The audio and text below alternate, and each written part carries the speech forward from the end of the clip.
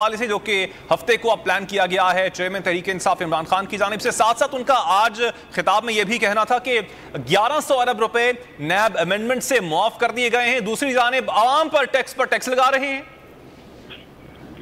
देखिए, बेसिकली जो आज एहतजाज का भी जो इमरान खान साहब ने ऐलान किया है, वो ऐसा लग रहा है कि वो थोड़ा इंतजार कर रहे थे, कहीं कोई ना कोई गुफ्तगू चल रही थी, लेकिन हमने देखा पिछले 3-4 दिनों से उनका लहजा सख्त हो रहा था। तो अब वो उन्हें समझ आ गई कि ट्रक की बत्ती के पीछे लगाने वाली बात थी ना। एस्टेब्लिशमेंट संजीदा इंतखाबात में, और शहबाज शरीफ साहब तो खुल के ये बात कह रहे हैं कि हमारे पास 2 चॉइसेस थी, या तो इलेक्शन करवा देते या हम अब और इक्तिसादियात को ठीक करें।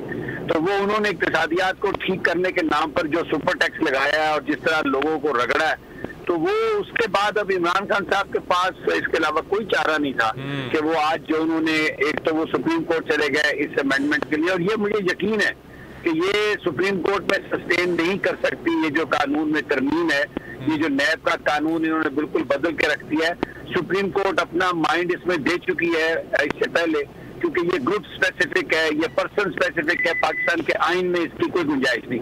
ये तो नल एंड वाइड होने के बहुत ज्यादा चांसेस हैं, बात कर रहे हैं। अब दूसरी बात जो इमरान खान साहब ने किया जो बड़ी इंपॉर्टेंट है, कल वो लाहौर में इतवार वाले दिन 4 हलकों में वो तकरीर करेंगे और छोटे छोटे जलसे और पूरी रैली निकालेंगे।